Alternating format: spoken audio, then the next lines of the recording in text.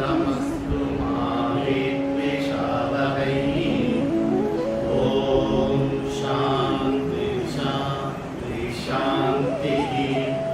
हरि ओम। श्री गुरुभ्यो नमः। हरि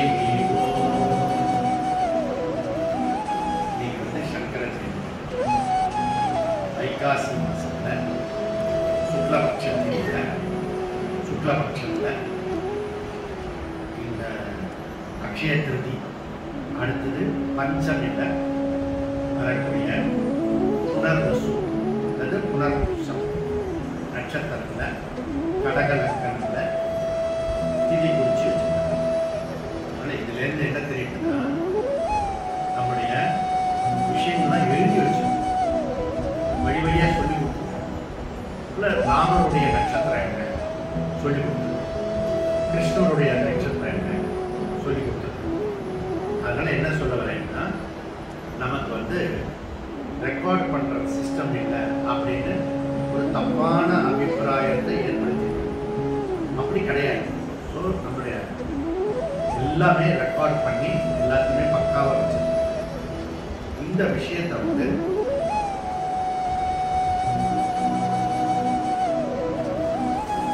அதாவது அவர் ஒரு குறிப்பு கொடுக்குறாங்க. ஆனால் அந்த குறிப்பை வாங்கிட்டு செய்யறதுக்கு முடியல, மாற்றி பண்ணிடுவோம். அதுதான் கஷ்டம். அப்போ அந்த ஒருத்தருடைய குறிப்பு என்ன அப்படின்னு தெரிஞ்சுட்டு லாபகமாக செய்யறதுக்கு ரொம்ப பெரிய லாபகம் பயில் அப்படின்றது நான் கழிச்சு இப்போதைக்கு எந்த வேலை செய்யணும் அதில் தடுமாற்றம். ஏன் தடுமாற்றம் இருக்குன்னா அவர் சொல்றத வந்து கரெக்டா பண்ணிடணும் அப்படின்ற ஒரு இது இருக்கும் மனசுல. நார்மலா இருந்துட்டா எல்லாமே தெளிவா தெரியும். ஒரு அந்த ஒரு பதட்டம் இருக்கிறதுனால நமக்கு வந்து முன்ன பெண்ண செய்யணும் வேண்டாம். அது வந்து மிதுரர் வீட்டில் இல்லாத போது கிருஷ்ணர் உள்ள நுழையிறார் இல்லையா, நுழைஞ்ச உடனே அந்த அம்மா அந்த கையில் காலம் ஓடலை, உட்கார வச்சு எல்லாத்தையும் தண்ணி போட்டு உட்கார இருக்கு. அப்புறம் வாழைப்பழத்தை ஊச்சி வெளியே போல ஊச்சி பகவான் கிருஷ்ணர் ஆனந்தமாக அதை சாப்பிட்றார். அப்புறம் அங்கே இருந்து வித்துருவாங்க. அப்படி பார்வதி மாடு மாதிரி அவ்வளோ கொடுத்துருக்கு. கிருஷ்ணருக்கு மாத்திரம் இல்லை, நான் போகும்போது கூட அனுபவம் மாற்றி மாற்றி பண்ணிடுவாங்க. நானும் அங்கே எதுவுமே தெரியாத மாதிரி பண்ணிட்டே இருக்கேன். இது வந்து ஏன் அப்படின்னா வேணும்னு செய்யறது வேற, பதட்டத்தோட ஒரு ஆர்வத்தோட நல்லா பண்ணிடணுமேன்ற ஒரு விஷயத்தோட பண்ணுவாங்க. அந்த விஷயம் வேற. அதனால இன்னைக்கு வந்து சங்கர ஜெயந்தி, ஆதிசங்கராச்சாரியார் வந்து நம்ம வந்து இவ்வளோ ஒரு சூழ்நிலையில இந்த குக்கிராமத்தில் நீலமங்கலத்தில் ஆதிசங்கராச்சாரியரை வந்து அதுக்கு அர்த்தம் சொல்லி அந்த லக்கணம் சொல்லி அதுக்கு ஒரு அபிஷேகம் பூஜை பண்ணி செய்யறதுக்கு இந்த கிராமத்தில் ஒரு இது நடக்கிறதுனா அவர் எவ்வளோ பெரிய சக்திமானாக இருந்திருப்பார், பக்திமானாக இருந்திருப்பார், ஞான புருஷனாக இருந்திருப்பார்.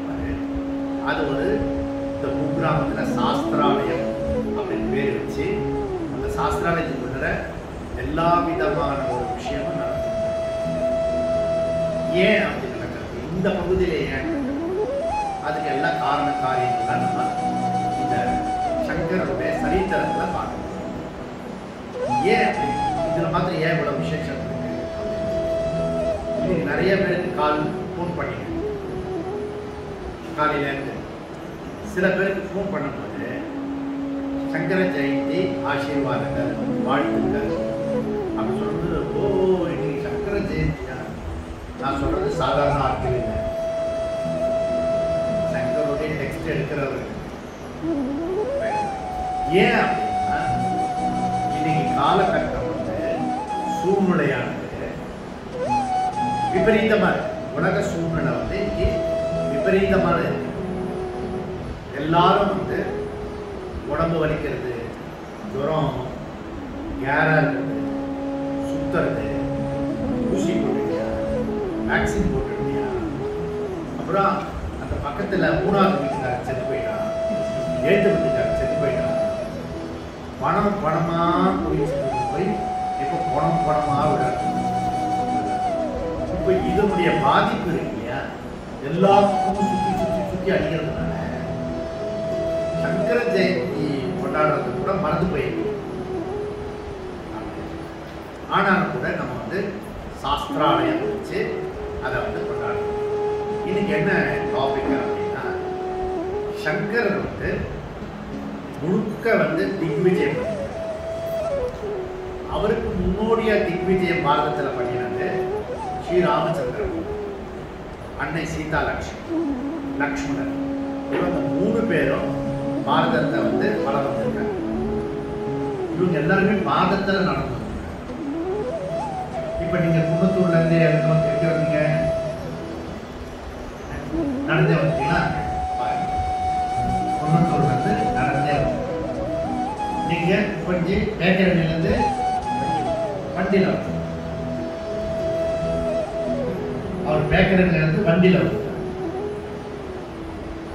அது யோசிச்சு பாருங்க. பேக்கரணி அப்புறம் பக்கத்துல இன்னும் கொஞ்சம் தள்ளி போனா வீராணம். வீராணகுன்றத்திலிருந்து பேக்கரணில இருந்து குன்னத்தூர் மாதிரி நடந்து வந்துட முடியுமா அப்படின்னா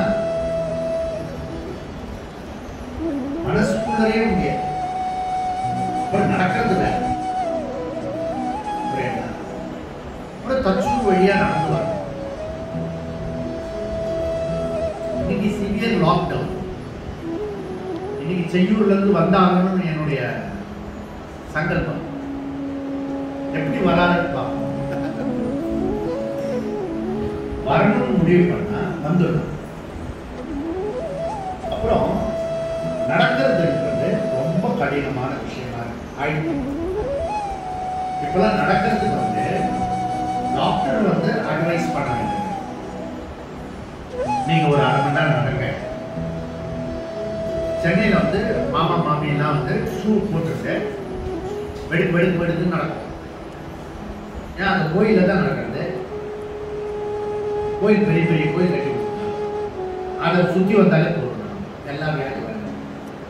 இப்போ மகாநாராயணன் கோயில் அது ஒரு பிரகாரம் சுற்றி வந்தாலே 3 தடவை வியாதி வரும், வராது. உடம்புல வியர்வு வரும். மலை ஏறி இறங்கணும். மலை ஏறி இறங்கினா ஆக்சிமீட்டர் இல்லை, தேவையில்லை. 4 படியிலே தெரிஞ்சுக்கும். இவன் ஆக்சிமீட்டர் வச்சுட்டு ஒருத்தவங்க பார்த்து ஹாஸ்பிட்டலில் சேர்த்துட்டான். ஓ எனக்கு இவ்வளோ குறையுது. அமெரிக்காவில் ஒரு உதாரணம் நடந்தது. ஒரு கைதியை அவன் வந்து மரண தண்டனை கொடுக்கணும். அந்த கைதியை தீர்ப்பு கொடுத்தாச்சு. நீங்க மரண தண்டனை கொடுக்கறதுக்கு முன்னாடி நாங்கள் ஒரு பரீட்சை பண்ணணும், அதுக்கு உபயோகப்படுத்துறாங்க இந்த தண்டனை அப்படி சொல்லி அவன் என்ன பண்ணான், செகண்ட் வேர்ல்டு வார்ல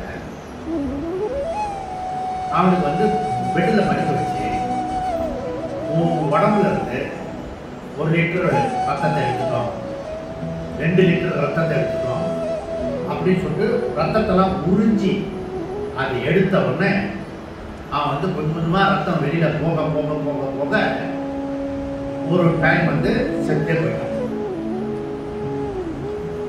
என்ன விசேஷம்னா ஒரு பொட்டு ரத்தம் கூட பாடியில இருந்து எடுக்கிறது.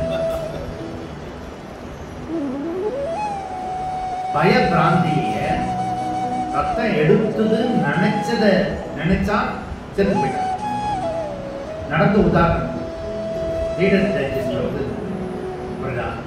அந்த மாதிரி கொரோனா வரவே வேண்டாம். கொஞ்சம் ஃபீவரேஷனா இருக்கிற மாதிரி இருந்து, கோல்டு வராம இருந்து, உடம்பு எங்கேயோ வலிக்கிற மாதிரி இருக்குன்னா, இது போன வருஷம் இருந்தது, முந்தின வருஷம் இருந்தது, 4 வருஷத்துக்கு முன்னாடியே இருந்தது. புரியுதா? நான் டீப்பா வாட்ச் பண்ணேன். இதே வலி தானே முன்னாடி இருந்தது, கொரோனா வரதுக்கு முன்னாடியே. அதை கண்டுபிடிச்சிட்டேன் நான். ஓகே அப்படின்னு இந்த மாதிரி மனசு பிராந்தி ஆயிடுச்சுன்னா புத்தி வந்து கெட்டு போய் பாடி வந்து அஃபெக்ட் ஆகி கொஞ்சம் கொஞ்சமா சிறுக சிறுக சேர்த்து வச்ச சொத்தெல்லாம் ஒரே அடியா MBBS படிச்சா பாரு அவங்க கிட்ட கொண்டு வரும். அது என்ன ஆயிடுச்சு? நீ எடுத்து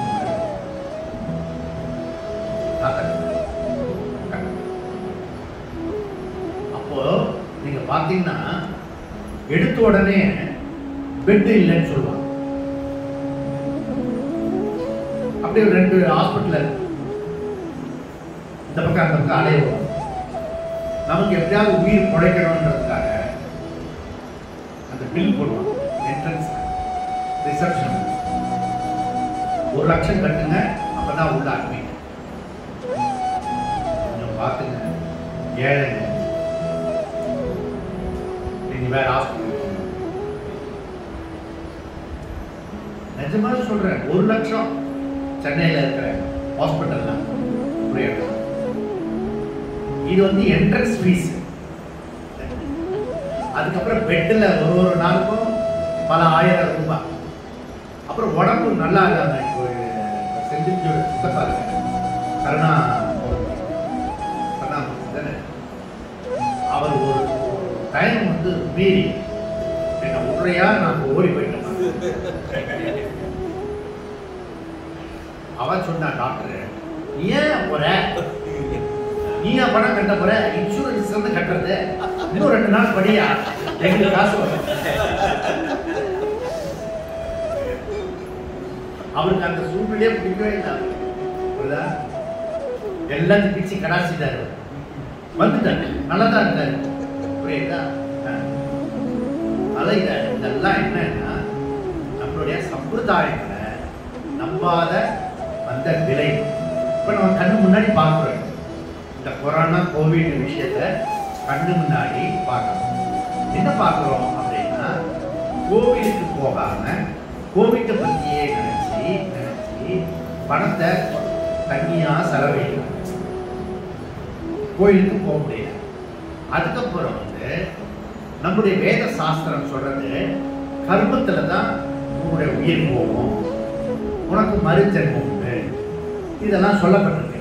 அப்புறம் புண்ணியம் பாபம் இருக்கு.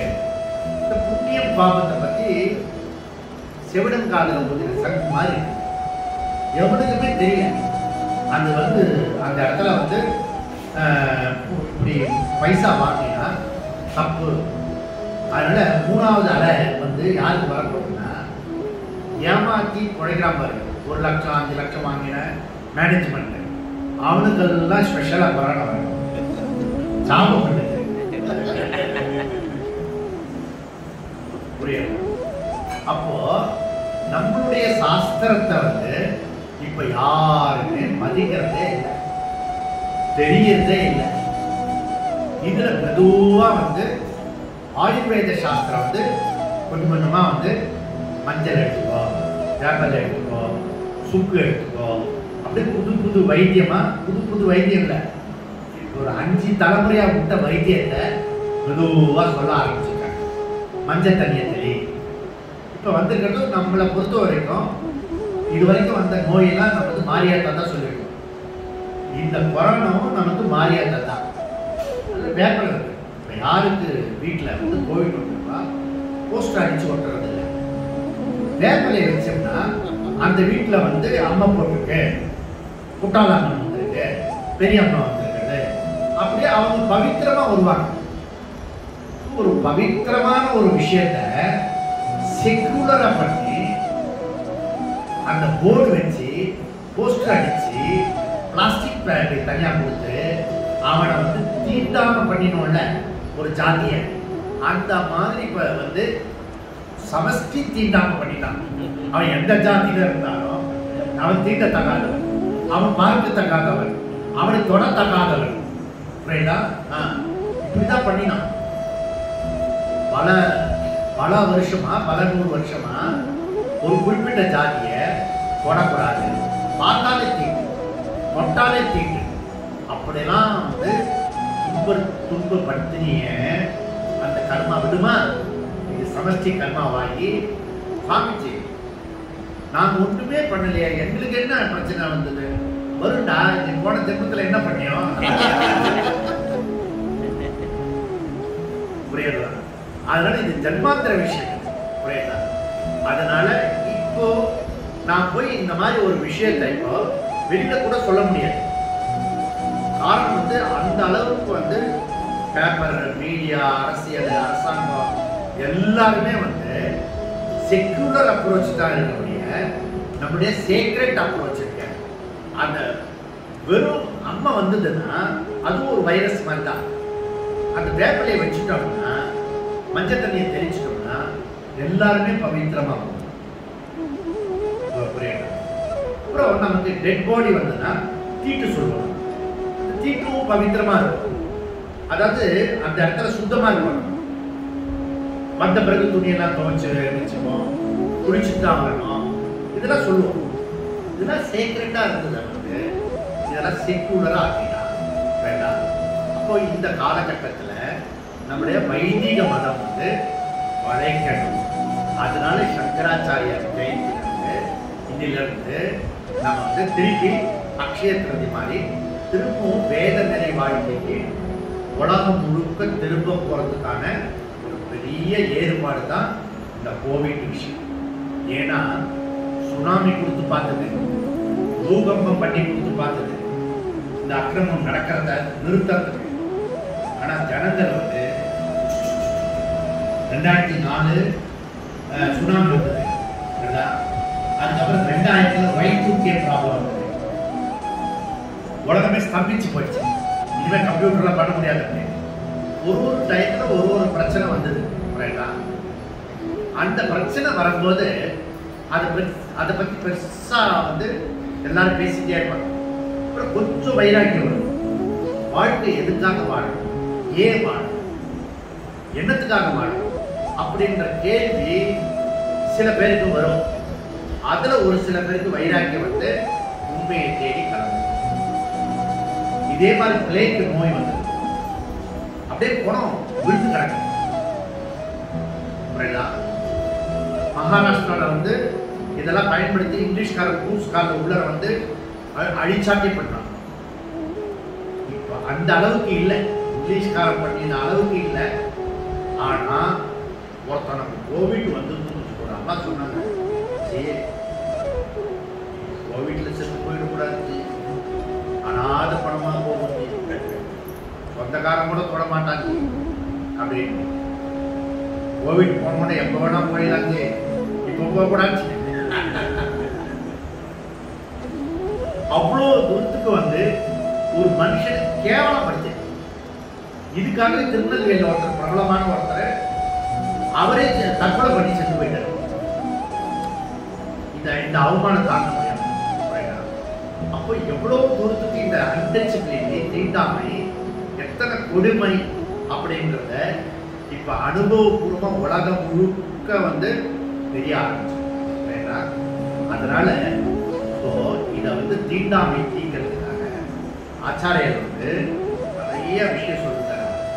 அவர் சொல்றாரு, மனிஷா மன, மனிஷா மன, என்னுடைய நிச்சயம், என்னுடைய முடிவு என்ன அப்படின்னா, இந்த அத்வைத தத்துவத்தை யார் தெரிஞ்சுக்கிறார்களோ அவன் எந்த குலத்தில் பிறந்தாலும், எந்த வர்ணத்தில் பிறந்தாலும், எந்த ஜாதியில் பிறந்தாலும், எந்த தேசத்தில் இருந்தாலும் அவனே மம குரு அப்படின்றது. இது வந்து அந்த மணிகர்ணிகா காஷி கஷேத்திரத்துல அவர் யாத்திரை போகும்போது நடந்த ஒரு விஷயம். அந்த இடத்துல போகும்போது புலையன் அவன் வந்து இந்த நாயெல்லாம் அடிச்சு சாப்பிட்றான் புலையன். ஸோ அந்த மாதிரி சொல்ற ஒரு கீழ்குளம் அப்படி சொல்லக்கூடிய, தீண்டத்தகாத குளம் சொல்லக்கூடிய அன்டச்சபிலிட்டி, அந்த குளத்துல இருக்கிறவங்க கூட நம்ம நாட்டில் ஞானத்துக்கு வர முடியும். அந்தனை போல் நந்தனை போல் அந்தனம் உண்டோ அப்படி மகாகவி பாரதி பாடினார். அதனால எல்லா சாதியையும் இந்த ஞானம் வந்துச்சுன்னா ஞானத்துக்கு வர முடியும். இதை வந்து தடுத்து நிறுத்தி, இதை படிக்கக்கூடாது, அதை தொடக்கூடாது அப்படி ஆச்சாரத்தை வந்து அனாச்சாரமாக்கிறதுல அந்த விளைவு அந்த ஆச்சாரியனுடைய விஷயம் வந்து அவர் காசியில போகும்போது நாயோட வந்த குழையனை இவர் சொன்ன விலைக்கு போன்றார். ஏன்னா கேரளத்துல வந்து ரொம்ப இது தீண்டாமை அதிகம். உலகத்திலேயே அதிக தீண்டாமை எங்கன்னா கேரளத்துல தான் அதிகம். அங்க வந்து இங்கெல்லாம் தொட்டா தீண்டு, பார்த்தாலே தீண்டு. அதனால கச்ச கச்ச இயற்கைய சொன்ன இதுக்கு பேர் தான் விபரீத பாவனை சொல்ற. ஆச்சாரியன் போன்றவர்களுக்கே வந்து நீ விவகாரத்துல ஈடுபட்டீங்கன்னா, அதுவும் ஆச்சாரியன் மாதிரி உள்ளவங்க ரொம்ப பெரிய விவகாரம். அவர் அவதாரம் செஞ்சவர். அவர் எவ்வளவு பெரியனா ரீஃபார்மர்ஸ் ஆகலாம், இந்த சமுதாயத்தை மாற்றி உள்ளவங்க சங்கராச்சாரியர். அந்த மாதிரி ஒரு பெரிய மாற்றம் நிகழும் போது உலக விவகாரத்தில் ஈடுபடும் போது அந்த ஸ்பீடுல விபரீத பாவனை வரும். அதனால தான் யாஜ்ஞவல்கியர் வந்து விவகாரத்தில் இருந்தனால மிஸ்டேக் போனார். இந்த வேதாந்த விஷயம் அவ்வளவு சுலபமா ஒரு விஷயத்தை சொல்லி அதை கேட்கறதுனாலயோ சொல்றதுனாலயோ அந்த அத்வைத விஷயம் வந்துடாது, சுலபம் இல்லை. அதனால வேண்டி அந்த இடத்துல கச்ச கச்ச அப்படி சொல்றாரு. ஆச்சாரியன் கொண்டவர்களுக்கு அந்த கதினா நம்ம கதினா அதோ கதினா. ஆனா அந்த பிள்ளைன்னு இருக்காங்க, அவன் என்ன சொன்னா, சரீரத்திலிருந்து சரீரத்தை விலக சொல்றியா அல்லது ஆத்மாவிலிருந்து ஆத்மா விலக சொல்றியா? சரீரத்திலிருந்து சரீரம் விலகாது, ஏன்னா இது ஜடம். இதுவே என்னை பார்த்து அது நகரம் அப்படிலாம் கிடையாது. நம்ம ஏர்போர்ட்ல வேணா வச்சுக்கலாம், போகும்போது அப்படி கண்ணாடி நகரம். அதுக்கும் ஒரு சக்தி ஒன்று கொடுத்துருக்காங்க. புரியுதா? பொதுவா வந்து ஜடப்பொருள் வந்து தானா நகர, ஆத்மா நகர. ஏன்? நித்திய சர்வகத ஸ்தானம், எல்லா இடத்தையும் அது இதே இதே மனிஷா பஞ்சகத்துல சொல்றாரு, இதம் சர்வம் சின்மாத்திர சித்தாரிதம் சகையேவ அகம். அந்த சைத்தன்யம் நான் தான் அப்படிங்கிறத சொல்றாரு. அதனால அந்த அந்த குலை சொன்ன உடனே அவனை நமஸ்காரம் பண்ணி தீண்டாமை போக்குறதுக்கு ரொம்ப அழகா சொல்றாரு. அந்த இடத்துல நமஸ்காரம் பண்ணி மனிஷா பஞ்சகத்தை அவர் சொல்றாரு. இந்த மனிஷா பஞ்சகத்தை வந்து எல்லா இடத்துலையும் வந்து பரப்பினாலே ரொம்ப பெரிய தீண்டாமை போயிருக்கும். ஆனா நம்முடைய சிலபஸ்ல வைக்காம சங்கராச்சாரியர் வந்து அவர் வந்து சூன்யவாதி அப்படிதான் வந்து கிரிட்டிசைஸ் பண்ணார். அது இல்லவே அவர் ஒரு பெரிய வேலையை பண்ணாரு. சிவ அவதாரமா இருக்காரு. சுரேஸ்வராச்சாரியர் சிஷ்யர் சொல்றாரு, குரு குரு அப்படின்றார். குருக்கெல்லாம் குருவாக விளங்கக்கூடியவர் ஆச்சாரியர் பகவத் பாதர் ஸ்ரீமத் சங்கராச்சாரியர். அந்த சங்கராச்சாரியர் வந்து நிறைய சிஷ்யர்களோட அவர் வந்து நான் வந்து பாதி கதையிலிருந்து ஆரம்பிக்கிறேன். அவர் வந்து 8 வயசுலயே சன்னியாசம் வாங்கிட்டு அம்மா கிட்ட போய் அந்த கதையெல்லாம் வந்து அஸ்தாமலகத்தில் இருக்கு, அதை கேட்டுக்கிறேன். இன்னைக்கு என்ன விசேஷமா சுருக்கமா சொல்ல போறேன்னா, அந்த ஆச்சாரியர் தமிழகத்துல விஜயம் எப்படி பண்ணினார். காஷ்மீர்ல இருந்து கன்னியாகுமரியில இருந்து கேதார் வரைக்கும் அவரு திக்விஜயம் இருந்தது. அந்த திக்விஜயத்துல காலடியில இருந்து ஆரம்பிச்சு கேதார்நாத் போய் கேதார்நாத்ல அந்த பனிமலையில அப்படியே போய் மறந்துட்டார். அந்த யாத்திரையில காலடியிலிருந்து எப்படி காலடி வந்து அந்த காலத்துல வந்து தமிழும் மலையாளம் ஒண்ணுதான். ஏன்னா மலையாளம் இருக்கிறது அது வந்து சேர நாடு, நம்ம இருக்கிறது வந்து பாண்டிய நாடு. இது வந்து பல்லவர்கள் நாடு, பல்லவ நாடு. சேர சோழ பாண்டிய பல்லவர். காஞ்சிபுரம் வந்து பல்லவர்களுடைய தேசம். மதுரை வந்து பாண்டியனுடைய, தஞ்சை வந்து சோழனுடைய, கேரளா வந்து சேர நாடு. ஆக இதெல்லாமே ஒரே பகுதியா வாழ்ந்த பகுதி. ஆனால் தமிழ்ல இருந்து பிரிஞ்சு போனது தான் மலையாளம். தமிழ அதிகமா சமஸ்கிருதம் கலந்தா அது மலையாளமா முக்கால பேச்சுனா மலையாளமா, அவ்வளவுதான் வித்தியாசம். அதனால காலடியில இருந்து இயற்கையா பார்த்தீங்கன்னா இன்னைக்கு வந்து திருவாதிரை புனர்பூசம், நாளைக்கு புனர்பூசம், அடுத்தது இன்னொரு நட்சத்திரம், கலந்து கலந்து இருக்கும். கேலண்டர்ல பார்த்தீங்கன்னா கேட்டகரிஸ் வைஸ் கிடையாது. இன்னைக்கு இந்த நட்சத்திரம் அப்படி கிடையாது. ஸோ இந்த நட்சத்திரம் அங்கிருந்து அடுத்த காலத்துக்கு அதுக்கு குறித்து அது எந்த காலத்துல கொண்டாடுறது அதுவும் நம்ம வந்து சொல்லி கொடுத்துருக்காங்க. இந்த நமக்கு இந்த இந்த நட்சத்திரம் சொல்றோம் புனர்பூசம், அது நாளைக்கு வரைக்கும் இருக்கு புரியுதா? அதனால நம்ம இப்ப கரெக்டா வந்து சாயந்தரம் கொண்டாடுறோம் புரியுதா? ஏன்னா காலையில புனர்பூசம் இல்லை, அது மத்தியானத்துக்கு மேலே தான் ஆரம்பிக்கும், நாளைக்கு மத்தியானம் வரைக்கும். அதுல உச்சமா இருக்கிறது வந்து இன்னைக்கு இந்த ஸ்திதியில இந்த நேரத்தில் அப்படி கேலண்டர் ரொம்ப அழகா இருக்கும். அப்போ நம்மளுடைய நம்மளுடைய பாடத்திட்டமே எப்படி இருக்குன்னா தனித்தனி கிடையாது, ஒன்னோட ஒன்று சேர்ந்து சிஸ்டமே அப்படி இருக்கு. அதனால இது நம்ம தெரிஞ்சிக்க வேண்டிய ஒரு விஷயம். பகுரத்தனின் பிரசவி பாரத மாதா அப்படின்னு ஒரு வச்சனம் இருக்கு. பாரத மாதா பல ரத்தனங்களை ஈன்று அன்றைக்கு ராமர் போயிட்டு வந்தார். ஸோ இன்றைக்கு அதே ராமரையும் சீதாவும் எடுத்துட்டு நான் ஒரு 40,000 கிலோமீட்டர் இதே திக்விஜய சீதா லக்ஷ்மி தீர்த்த யாத்திரை முடிச்சு ராமர் சீதா கேத்திரக்கு இது பிரதிஷ்டை பண்ண அந்த இடத்துல பட்டாபிராமர் சீதா லக்ஷ்மி கேத்திரக்கு. இது வந்து அங்க அயோத்தியில கோயில் பண்ணும்போது அங்க பண்ணின அதே நாள்ல ஆகஸ்ட் 5ஆம் தேதி இது வந்து பிரதிஷ்டை. இது பிரதிஷ்டை பண்ணினதுல இருந்து 9 மாசம், போன வருஷம் 9 மாசம் தொடர்ந்து மழை பெய்யும், நல்லா போச்சு. அப்ப இதுக்கும் சக்தி இருக்கிறது.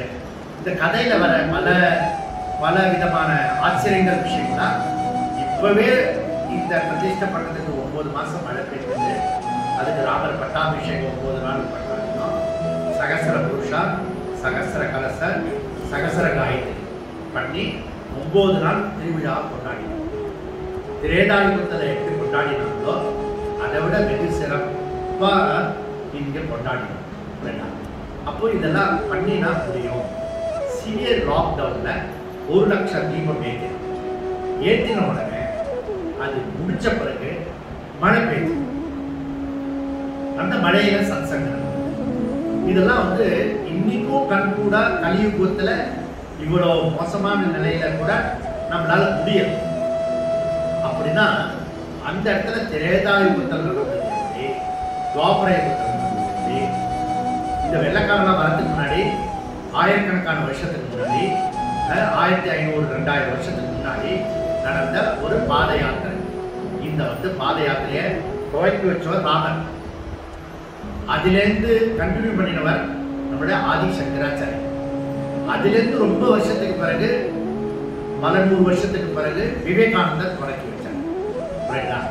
இந்த மாதிரி இது தொடர்ந்து நடந்து விவேகானந்தருக்கு பிறகு காஞ்சி மட்டு பரமாச்சாரிய சுவாமிகள் அவர் நடந்தே போவார். அப்போ நமக்கு இப்பெல்லாம் வந்து 2 கிலோமீட்டர் 5 கிலோமீட்டர் நடக்கிறதுக்கே யோசனையா இருக்கிற காலத்துல நாடு முழுக்க நடந்தே போகணும். நடந்தால் நாடு நெச்சம், அடுத்தால் வாயு நெச்சாது அப்படி ஒரு பழமொழி. அதனால நான் இங்க பல்லவ தேசம் இருக்கு இல்லையா, அது மாமல்லபுரம்.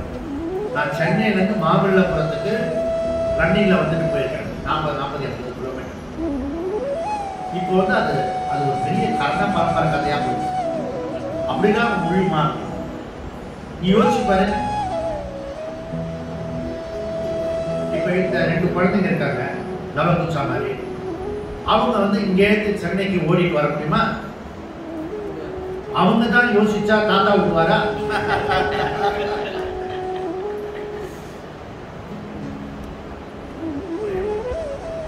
மனிதனுடைய எண்ணங்கள் ரொம்ப சுருங்கி போயிடுது. அதனால இவர் வந்து ராமனும் கிருஷ்ணனும் அவதார மூர்த்திகள். அது போல அந்த அவதாரம் வந்து ஒரு டைத்துல ஒவ்வொரு விதமா வந்து இறங்கி வரும். அதுல வந்த ஒரு மூர்த்தி தான் இந்த பிரபு சங்கராச்சாரியார். இந்த சங்கராச்சாரியாருடைய திக்விஜய யாத்திரையை காலடியிலிருந்து நம்ம ஆரம்பிக்கணும். காலடியிலிருந்து நடந்து வந்தார். இவர் எங்கேயுமே பஸ் பிடிச்சி போல, டிராக்டர் பிடிச்சி போல, மாட்டு வண்டியில போல, குதிரை வண்டியில போல, யானையில போல. பெரிய பெரிய ராஜா மன்னாதி மன்னர்கள்லாம் போற இடத்தெல்லாம் இவருக்கு பூர்ண கும்ப மரியாதை கொடுக்குறாங்க. அவர் வந்து இங்க வந்து அரண்மனையில தங்குங்க அப்படின்னு சொன்னா அவர் ஊருக்கு வெளியில பர்ணசாலையில தங்கினார். அங்க வந்து சத்சங் இதே மாதிரி சத்சங்கம் கேட்கிற கேள்வியெல்லாம் பதில் சொல்லுவாங்க. இந்த மாதிரி அவர் வந்து தமிழகத்துல விஜயம் செய்யறார். கேரளத்துல கொஞ்சம் வேதாந்தம் கொஞ்சம் சுலபம் சேர நாட்டு. ஆனா இந்த எஸ்பெஷலி சோழ நாட்டில் வந்து வாதம் அதிகம். ஏன்னா அந்த சைவம் அதிகம். ஓகே, அதனால சைவமும் வைணவமும் உள்ள இந்த தமிழ்நாட்டில் இந்த வேதாந்த கருத்துக்களை கொண்டு வரது ரொம்ப சிரமப்பட்டிருக்காரு. ஆனால் அவர் சிரமப்பட்டதுனால 100 வருஷத்துக்கு முன்னாடி நான் ஆராய்ச்சி பண்ணேன். தமிழ்நாட்டுடைய வேதாந்தம் நிறைய நூல்கள் இருக்கு. இப்போ நான் வச்சுக்கிட்டு பாதி நூல் தான் மீதி கொடுத்துட்டேன். நிறைய நூல்கள் வந்து தமிழ்நாட்டில் வேதாந்தம் வியாசர் பாடியின் பேர். இது வேதபுரீஸ்வரர் கோயில். அதனால வேதம் தழைத்த ஒரு விஷயமா இருந்த தமிழகம் வேதாந்தத்துல வல்லுநர்களா 100 வருஷத்துக்கு முன்னாடி. ஆனா சங்கராச்சாரியர் வரும்போது சைவமும் வைணவமும் அதிகமான உச்ச சாயர்கள். அவங்களுக்கு வந்து அத்வைதத்தை சொல்றதுக்கு கஷ்டமா இருந்தது. ஆனால் கூட அவருடைய வாக்கு வன்மையினால எப்படிலாம் மாற்றிருக்கிறார் அப்படி 1-2 பார்க்கணும். இவர் என்ன பண்ணாரு, காலடியிலிருந்து இந்த யதிகள் சங்கம் பிரம்மச்சாரிகள் இதெல்லாம் அவரோட பெரிய 100கணக்கான பேர் மொபைல் திக்விஜய வாகினி அப்படியே புறப்பட்டது. வந்து பிரதீசி அப்படி ஒரு நதி, இந்த 1008 நதி கொடுத்துருமே அதில் வரும் பிரதீசி நதி, பூர்ணா நதி, பம்பா நதி இதெல்லாம் கடந்து வரும். இந்த பம்பா நதியில தான் ராமரும் லக்ஷ்மணரும் சந்திச்ச இடம். நான் ஒரு ராத்திரி அங்கே தங்கியிருக்கேன் பம்பால. அந்த ரொம்ப ரொம்ப காலத்துக்கு முன்னாடி. இப்போ நிறைய வசதிகள், அப்போ வசதியெல்லாம் கிடையாது. அந்த பம்பா வந்து ஆனால் அந்த தங்கிட்டு இருக்கும்போது ராமரும் ஆஞ்சநேயரும் சந்திச்சது தெரியாம போச்சு. அதுக்கப்புறம் போறவங்கலாம் சொல்லி அனுப்பிச்சிட்டாங்க, அங்கே தான் அங்கே ஒரு நிமிஷம் நில்லுங்க அப்படின்னு. அதனால இந்த இடத்துல இருந்து இவர் பிரதீசி நதி, அந்த பூர்ணா நதி, பம்பா நதியை கடந்து அனந்த சய கஷேத்திரத்தை தேடி வர. அந்த அனந்த சய கஷேத்திரம் வந்து கோர வனமா இருக்கு, பயங்கரமான கோர வனமா இருந்தத அதை பூஜை பண்ணி அந்த பத்மநாப சுவாமி வந்து திருப்பி புரிஞ்சுக்கிறார். இவர் என்ன பண்றாருன்னா, இவருடைய அவதார நோக்கம் எங்கெல்லாம் செதஞ்சு போயிருக்கோ அதெல்லாம் புதுப்பிச்சார். இப்போ வந்து குருக்ஷேத்திரம் வந்து 5000 வருஷத்துக்கு முன்னாடி நடந்த குரு போர், இங்கே தான் குருக்ஷேத்திரம் நடந்தது அப்படி பாயிண்ட் அவுட் பண்ணினவர் ஆதிசங்கர். இந்த மாதிரி நாடு முழுக்க ஒவ்வொரு புராண விஷயமும் இதிகாச விஷயத்தையும் ஐடென்டிஃபை பண்ணி கொடுத்தது ஆதிசங்கராச்சாரியர். இது அவருடைய மெயின். அது மாத்திரம் இல்லை, அவர் என்ன பண்ணாருன்னா நாடு முழுக்க ஒன்று ஒரே தேசம், அதனால பரிவர்த்தனை பண்ணினார். நம்ம இப்போ வந்து தமிழ் மொழி வாரியா பிரிச்சதுனால நமக்கு புத்தி முழுக்க அதுல தான் தோணுது. இப்போ ராமேஸ்வர கோயில வந்து பூஜை பண்றவங்க வந்து மராட்டிய சேர்ந்தவங்க, மகாராஷ்டிரா சேர்ந்தவங்க. அதுக்கப்புறம் வந்து நேபாளில் வந்து பூஜை பண்றவங்க வந்து கர்நாடக தேசத்தை சேர்ந்தவங்க. கீழே தென்னகத்தில் வந்து திராவிட தேசத்துல இருந்து போனவங்க நம்பூதிரி வந்து அந்த பத்ரியில வந்து பூஜை பண்றாங்க. இப்படி ஒரு சிஸ்டத்தை ஏற்படுத்துறது வந்து இவர் தான். அதனால இந்த நேராக பத்மநாப சுவாமி கூப்பிட்டு அங்கேருந்து கன்னியாகுமரியில் வந்து அம்பாவை தரிசித்து அங்கேருந்து திருச்செந்தூர் போறார். அந்த திருச்செந்தூர்ல சுப்பிரமணிய புஜங்கம் என்ற நூல் எழுதினார். அது வந்து நம்ம ஸ்தோத்திரம்னு ஒரு இது இருக்கும், அதை நீங்க அதில் பார்க்கணும். சங்கரர் வந்து பண்ணின ஸ்தோத்திரம்லாம் வந்து நிறைய பண்ணியிருக்காங்க, சொல்லி கொடுத்துருக்காங்க. அந்த விஷயம் வேண்டாம். அங்கேருந்து திருச்செந்தூர்ல இருந்து தாமிரபரணி ஆற்றங்கரை வழியா நடந்து வந்தார். இப்ப இதெல்லாம் சொன்ன இடத்துலாம் சீதாலட்சுமி போயிருக்காங்க. தாமிரபரணியில போய் குளிச்சுட்டு வந்திருக்காங்க. புரியுதா? அந்த தாமிரபரணி வழியா வந்து அதுக்கப்புறம் எங்க வராங்கன்னா கிருத்தமாலா நதி. கிருத்தமாலா நதி இது புதுசா இல்லையா? நமக்கு தெரிஞ்ச வைகை நதி பேர். வைகை நதிக்கு வர அந்த பிறகு தட்சிணா மதுராபுரி. தட்சிணா மதுராபுரி. அப்போ உத்தரா மதுரா பார்த்துருக்கீங்க. இது வந்து தட்சிணா மதுராபுரி. அந்த மதுராபுரியில பாண்டிய மன்னர் வந்து திராவிட தேசத்துல வந்து அழகா ஆட்சி அமைச்சவர்கள் மதுரை. அந்த மதுரையில வந்து இவர் வந்து ரொம்ப அழகா வந்து மீனாட்சி பஞ்சரத்னத்தை பண்ணார். உத்யந்து பானு சகஸ்ர கோடி சதுஷாம் கேயூரஹார ஜலாம் பிம்போஷ்டிம் ஸ்மிததந்த பந்தி விசித்ராம் ஏகாம்பராலங்கிருதாம் விஷ்ணு பிரம்ம சுரேந்திர சேவித பதாம் தத்வஸ்வரூபாம் சிவாம் மீனாட்சிம் பிரணதோஸ்மி சந்ததம் காருண்யவராம். எனக்கு தீட்சை கொடுத்தவர் ஸ்ரீமத் சுவாமிஜி ஓம்காரானந்தா. அவர் இதை பாடி இந்த ராகத்தை போட்டு கொடுத்தார். அதை தான் நான் போய் யூஎஸ்ல போய் நியூ ஜெர்சியில் போய் இதை மீனாட்சி பஞ்சகம் வச்சிருக்கேன். புரியுதா? அந்த மதுரையில போனோன்னா மீனாட்சி பஞ்சகம். திருச்செந்தூர்ல வந்து சுப்பிரமணிய பூஜை தந்தாங்க. புரியுதா? அங்க வந்து வாத்சல்யத்தோட அம்பால வந்து இவர் பாடுறார். இவரோட ஒரு சாம்பிள் மந்திரம் சொல்றேன். இவரோட சுரேஸ்வராச்சாரியார், பத்மபாதர், அஸ்தாமரகர், அதுக்கப்புறம் சித்சுகர், சோடகாச்சாரியார், சமீத் பாணி, சித் விலாசர், ஞானஸ்கந்தன், விஷ்ணு தத்தர், அத்தகீர்த்தி, பானு மருசி, கிருஷ்ண தர்ஷன், புத்தகிரிச்சி, ஆனந்தகிரி. ஆனந்தகிரி இவர் வந்து சங்கர பாஷ்யம், வியாசர் சூத்திரம் பண்ணியிருக்கார். இவர் பாஷ்யம் பண்ணியிருக்கார். இவரோட பாஷ்யத்துக்கு டீகா அப்படின்ற விளக்கு உரை பண்ணியிருக்காரு. அது ஆனந்தகிரி வந்து ரொம்ப ஃபேமஸ். அந்த ஆனந்தகிரி இவரெல்லாம் போயிருக்காங்க. அங்கேருந்து உத்தரகோசமங்கை இதெல்லாம் பாடல் பெற்ற ஸ்தலம். அங்கே வந்து மரகத நடராஜன் தரிசனத்தை அவர் தரிசனம் பண்ணிட்டு அங்கேருந்து ராமேஸ்வரத்துக்கு போகிறார். இதெல்லாம் நடந்தே போயிருக்காரு. ட்ரெயின்லாம் கிடையாது, பஸ்ஸு கிடையாது, குதிரை கிடையாது, மாடுலாம் கிடையாது. நடந்தே போயிருக்காரு. நடந்து நடந்து நடந்து நடந்து அவர் வந்து தர்ப்பசயனத்தை போய் அடைஞ்சார். திருப்புள்ளி பாணி அப்படின்னு. ஏன்னா அந்த தர்ப்பப்புள்ள போட்டு அங்கே படுத்துட்டார் ஸ்ரீராமன். சீதையும் தர்ப்பப்புள்ள எங்கே போகிறாங்களோ அங்கே தர்ப்பையை பிரித்து அது மேலே படுக்காரு. ஸோ இதில் வந்து அதனால இப்போ கூட அந்த இடத்துல இருக்கு அந்த மாதிரி.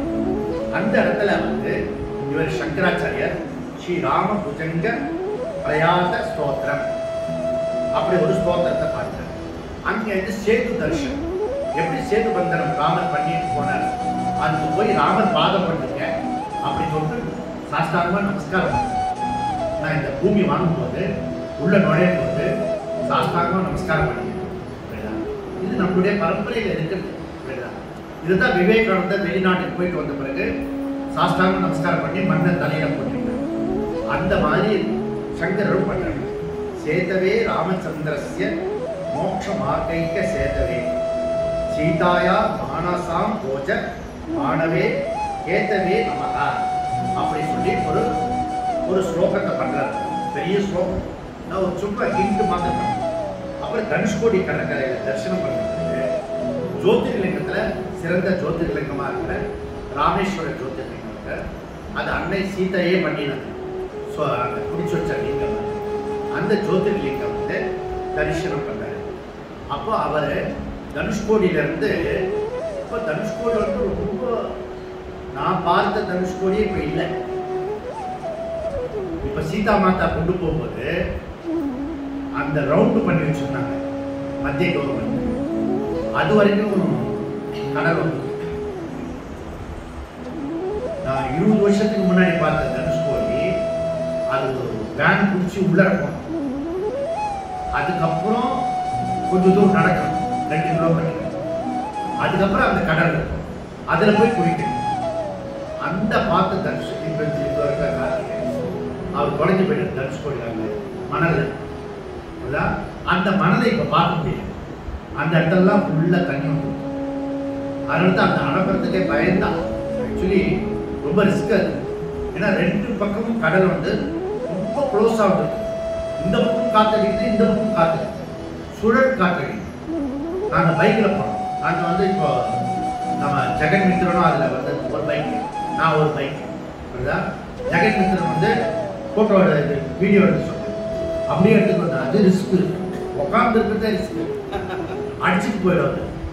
ராமர் சீதா இருக்கிறதுனால குறைச்சி எல்லாம் அங்கே போய் உட்காந்து அந்த இதில் தீர்த்தவாரி பண்ணி வந்தோம். ஸோ அப்போ நாளுக்கு நாள் வந்து எப்படி இருக்கிறதுன்னா அந்த இடம் இதுவாக இருக்கு புரியுதா. இப்போ தனுஷ்கோடிக்கு இவரை கூட்டிகிட்டு போய் இங்கிலாந்து பிரதமரை கூட்டிகிட்டு போகிறான்னு சொல்லிட்டு இருந்தாரு, போனாரா தெரியல இல்லை. ஸோ அந்த அரசர், ராமேஸ்வரம் தீவுடைய அரசர் ஆதித்யவர்மன், அவர் வந்து பூர்ண குடும்பத்தோட பெரிய புகழோட வந்து கூப்பிட்டார். ஓகே, அந்த இடத்துல வந்து அவர் வரவேற்பு பண்ணி அங்கே சில நாள்லாம் தங்கி அந்த இடத்துல வந்து பேசுகிறாரு. ஓகே, அந்த இடத்துல வந்து சமித்பாணின்னு சிஷ்யர் இருக்காங்க, அவங்ககிட்ட கங்கா தண்ணி கொண்டு வர சொல்லி கங்கை ஜலத்தை வந்து அங்கே ராமேஸ்வரம் லிங்கத்துக்கு அபிஷேகம் பண்ணிட்டு, ராமேஸ்வரம் ராமகிருத பிரதிஷ்டம் காமேஸ்வரி பூஷித வாம பாகம் மாகேந்திரோ நீலோஜ்வல உத்கிரீடம் காமேஸ்வரம் துவாம் இக பூஜையாமி அப்படி சொல்லிட்டு அங்க இருந்த சைவர்கள் வந்து நிறைய லிங்கெல்லாம் கொண்டு பட்டையா அடிச்சுப்பாங்க. வாதம் இவரோட பண்ணாங்க. சிவன் தான் வந்து பிரம்மன் அப்படிதான் அவங்ககிட்ட வாதத்தை வந்து சொன்னாங்க. இல்லை, சிவன் வந்து ஆத்மஸ்வரூபம், சிவா அப்படின்னு சொன்னா மங்களம் அப்படி அர்த்தமாகுது.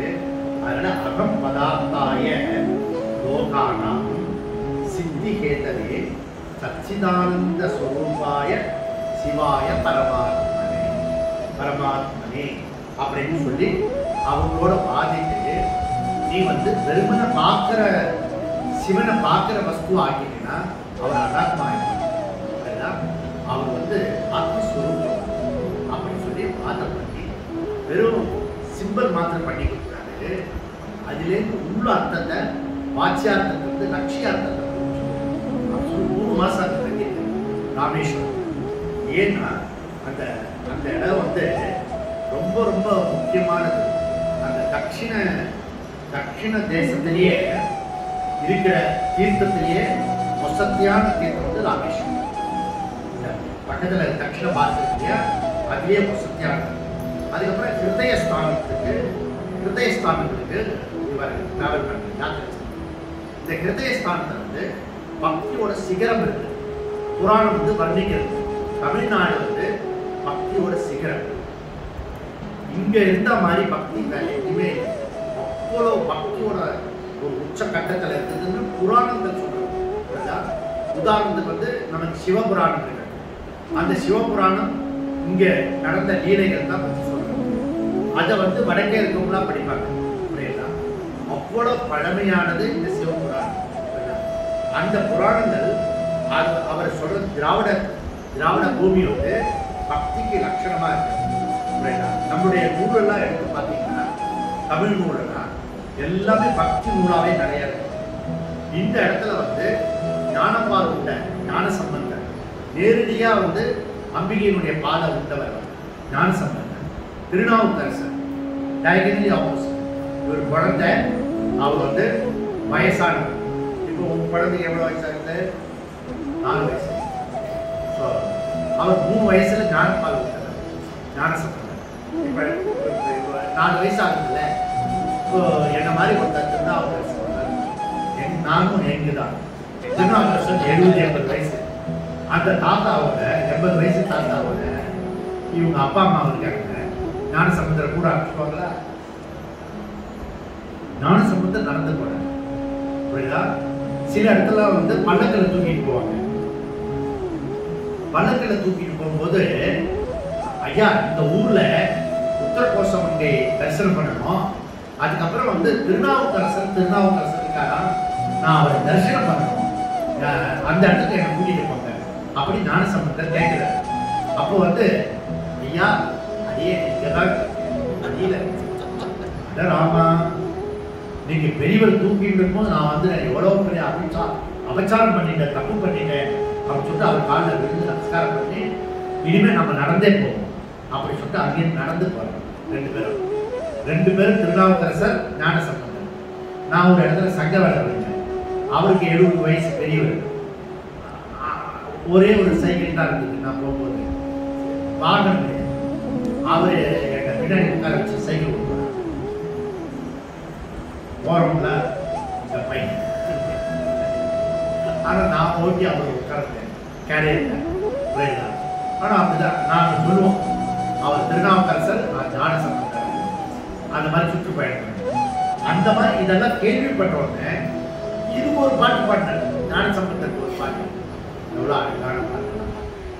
அங்கேருந்து சிதம்பரத்தில் வந்தோடனே இந்த வேதத்துல இருக்கிற பஞ்சாட்சரம் மந்திரம் நம சிவாய, அது வந்து வேதத்துல வந்திருக்க ருத்ரத்துல நடுவுல வந்தது. அப்பதான் நம்ம பெல் அடிப்போம், அந்த நேரத்துல பெல் இருக்காது, ஏதாவது தண்ணி பார்த்துக்கலாம். ருத்ரம் பண்ணும்போது இதான் ஆவேசம் தத்துவம் பார்த்துட்டாங்க. கொஞ்சம் பெல்லு இதெல்லாம் தான் இருக்க வச்சுக்கிறது. அது என்ன அப்படின்னா அர்த்தம், அந்த பஞ்சாட்சர மந்திரம் அதுல வருது அப்படின்னு அர்த்தம். அதை ஹிருதயத்துல வாங்கணும், அதுதான் முக்கியம். சிதம்பரத்துல வந்து சிதம்பரம் நடராஜர் உருவம் இருக்கு. இந்த நடராஜர் உருவம் வந்து மகா விபூதி, சித்த சுத்தி மாத்திரம் இருந்ததுன்னா நடராஜரை பார்த்த உடனே நமக்கு வந்து ஸ்பூர்த்தி ஆகும். ஓகே, அகம் வந்து ஸ்பூர்த்தி உண்டாகும். நான் ரொம்ப பைத்தியமா இருந்தேன், நடராஜரை வச்சுட்டு விதவிதமா நடராஜரை வச்சு நான் கொண்டாடிடுவேன். ஏன்னா எனக்கு வந்து கவலைப்படுறது பிடிக்காது, துக்கம் பிடிக்காது, யாருக்குமே பிடிக்காதுன்னு வச்சுக்கோங்களேன். இது கவலை மாத்திரம் படக்கூடாது. ஐயோ இப்படி ஆச்சு அப்படி ஆச்சு, அது பிடிக்கும் பிடிக்காது. கோபமாவது பண்ணலாம், கவலை மாத்திரம் படக்கூடாது. அதுக்கு சிறந்த மூர்த்தி யாருன்னா ஆனந்த நடனம் ஆடுவார் நடராஜர். ரொம்ப சிறப்பா இருக்கும். அதனால நடராஜர் தர்ஷனா அப்ரஸதசி அப்படி புராணம் சொல்றது. இதுக்கு பிரமாணம் சொல்றாரு அவர். நடராஜர் தரிசனம் பண்ணினாலே போதும். தமிழ்ல ஒரு பாட்டுக்காரு, தழல் உருவ திருமேனி தாழ கண்டேன், அங்கு தாழ் சடையில் ஆனந்த நீரை கண்டேன், தாழ் சடையில் ஆனந்த நீரை கண்டேன் அப்படின்னு பாருங்க. அப்படி ஆனந்த மூர்த்தி, அதை தான் வந்து சயின்ஸ் ஜெனிவால நடராஜர் வச்சிருக்காங்க. இந்த ஹோல் இது இருக்க காஸ்மிக் டாட்ஸ் இதெல்லாம் தெரிஞ்சுக்கோங்க. ஸோ இந்த இடத்துல சைவம்லாம் இருக்கிறது. அங்கே வந்து கைலாயத்துக்கே வந்தவர்களாக கருதக்கூடிய அந்தணர்கள் வந்து தீட்சித்து இருப்பாங்க. அவங்க வித்தியாசமா இருப்பாங்க. அவங்கெல்லாம் கைலாயத்திலிருந்து சிவபெருமானுடைய சொந்தக்காரர்களாக வந்ததா ஐதீகம். அந்த இடத்துல வந்து அங்கதான் வந்து நமக்கு வந்து சிவபுராணத்தை திருப்பி ஒழிச்சு வெளியில வந்தது. அந்த காஸ்மிக்கோட சென்டர் தான் சிதம்பரம். மொத்த காஸ்மிக் இருக்கு இல்லையா, பிரபஞ்சம், பிரபஞ்சத்துடைய சென்டர் வந்து சிதம்பரம். தமிழ்நாட்டுடைய சிதம்பரம் சென்டர் வந்து திருச்சி. ஸோ நம்மளுடைய காஞ்சிபுரம் இருக்கு, அது வந்து நாமி, பிரபஞ்சத்துடைய நாமி. மத்தியார்ஜுன தேசத்துக்கு வராங்க. சிதம்பரத்துல இருந்து அப்படியே நடந்து போய் மத்தியார்ஜுன தேசம். மத்தியார்ஜுன தேசம் என்ன? திரு இடைமருதூர், மகாலிங்கேஸ்வரர். மகாலிங்கேஸ்வரர் கொள்ளாதவர். அங்கிருந்து சாயுஜ்யம் அப்படி சொல்லக்கூடிய ஒரு விஷயம். அது என்னன்னா, உயிரோட இந்த உடம்போடையே பகவானோட ஐக்கியமாக அப்படி விழுங்கக்கூடியவர். அங்க வந்து கர்ம காண்டிகள் அதிகம். அங்க சங்கராச்சாரியர் வந்து வாதம் பண்ணி யாருமே எடுத்துக்கல. நீ சொல்றது அத்வைதம் தான் சத்தியம்னா, நாங்க கும்பிடுற மகாலிங்கேஸ்வரர் வந்து நாங்க முழுக்க ஐக்கியமா இருக்கோம். நம்ம நாட்டில் என்ன, தமிழ்நாட்டில் என்ன பண்ணிருக்கோம்னா, ஒரு கஷேத்திரத்தையும் அந்த கஷேத்திர மூர்த்தியை மையமா வச்சு நமக்கு இருந்தாங்க.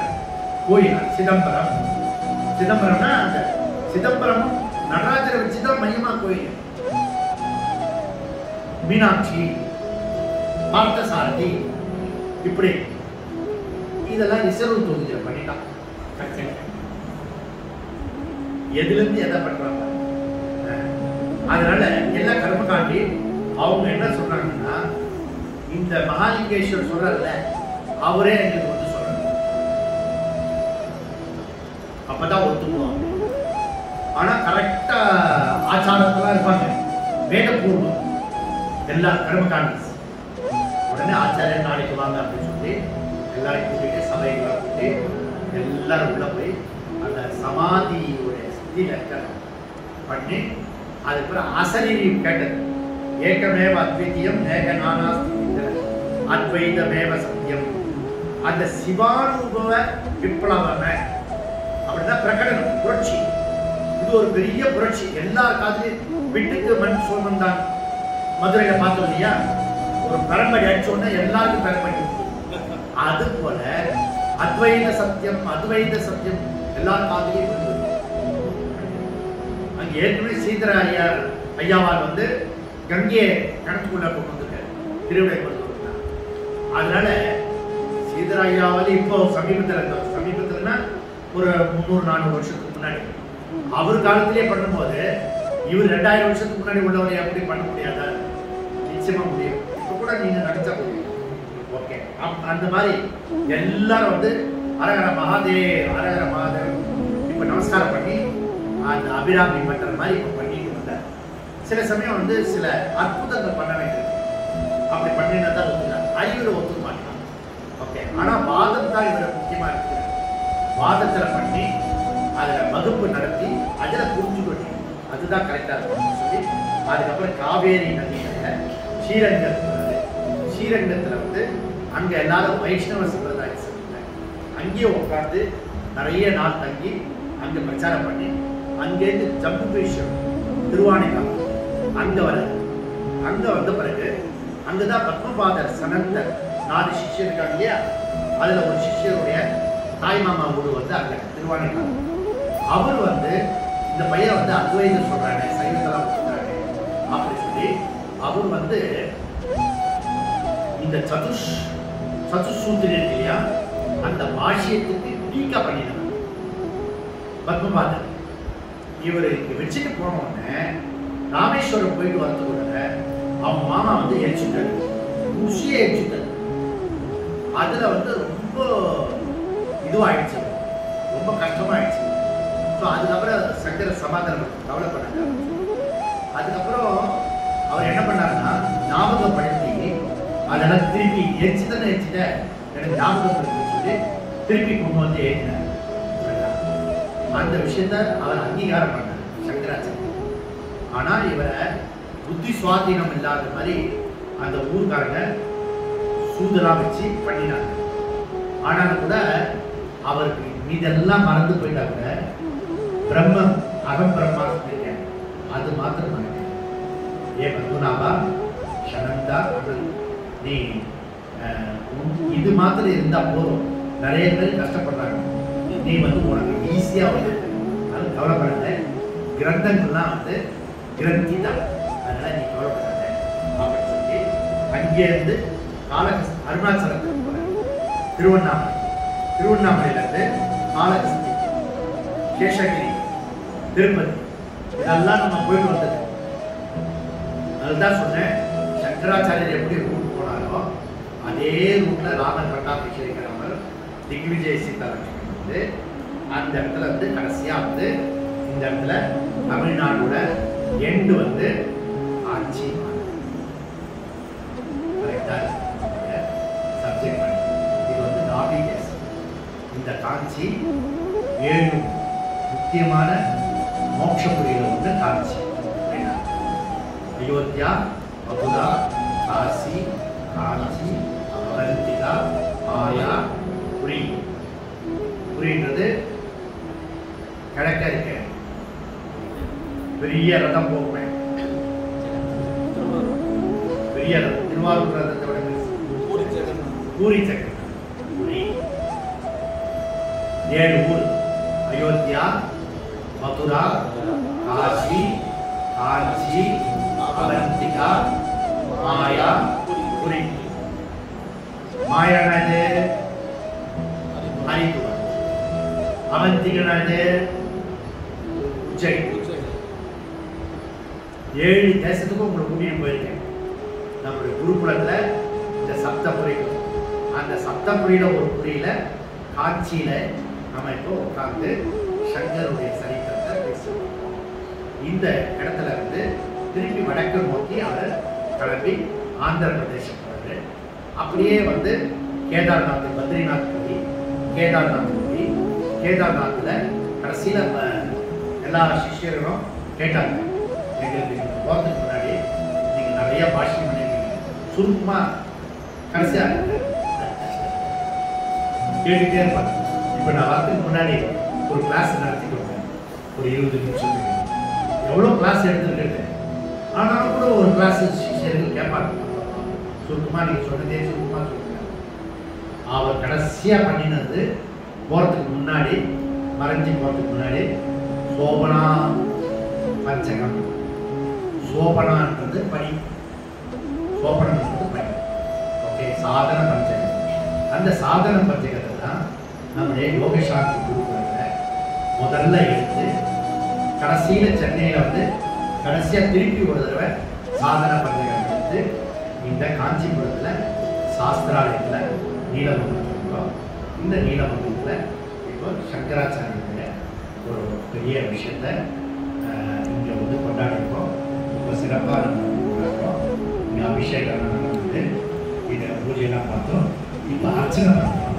இந்த அர்ச்சனை வந்து எல்லா கையில பூ கொடுக்கணும். நீங்கள் எல்லாருமே நின்று அர்ச்சனை பண்ணணும். ஓகே, 21 அர்ச்சனை இருக்கும். அந்த அர்ச்சனையை நம்ம பூ சொல்ல சொல்ல அந்த சங்கராச்சாரியம் பண்ணுவோம். நமக்கு வந்து நம்மளுடைய சம்சார வேதனை போகணும், அதுதான் அது மோட்சம். அதனால அந்த விஷயம் ஞானத்தில் இருக்கு. ஞானாத்தேவ மோட்சம். அந்த ஞானம் எனக்கு சித்திக்கணும். இங்கே வந்து நமக்கு வார வாரம் கிளாஸ் நடக்கிறது, பக்கத்தில் செய்யூர்லேயும் வகுப்பு நடக்கிறது. இதெல்லாம் பெரிய புரட்சி, பெரிய புரட்சி. அத்வைத சத்தியம் மகாலிங்கேஸ்வரர் சொல்றதை விட 1000 மடங்கு சத்தியம் வந்து இந்த பகுதியெல்லாம் அத்வைதத்தை சொல்லி கொடுக்கறது தான் பெரிய சத்தியம். அது இங்கே நடக்கிறது. அதை நம்ம மனசார வேண்டிட்டு நம்ம பூஜை பண்ணிட்டு அப்புறம் கடைசியாக தோட்டக்க அஷ்டகம் இருக்கும், குருவந்தன். அது வந்து ஸோ எல்லாரும் சேர்ந்து குருவையும் சேர்ந்து நம்மளுடைய இப்போ உள்ள குருவையும் நமஸ்காரம் பண்ணி தோட்டக்க அஷ்டகம் நமஸ்காரம் பண்ணி இதை நம்ம அப்படிங்கிறோம். பூர்ணமத பூர்ணமிதம் பூர்ணாத் பூர்ணமுதச்யதே பூர்ணஸ்ய பூர்ணமாதாய பூர்ணமேவாவசிஷ்யதே. ஓம் சாந்தி சாந்தி சாந்தி. ஹரி ஓம். ஸ்ரீ குருப்யோ நமः. ஹரி ஓம்.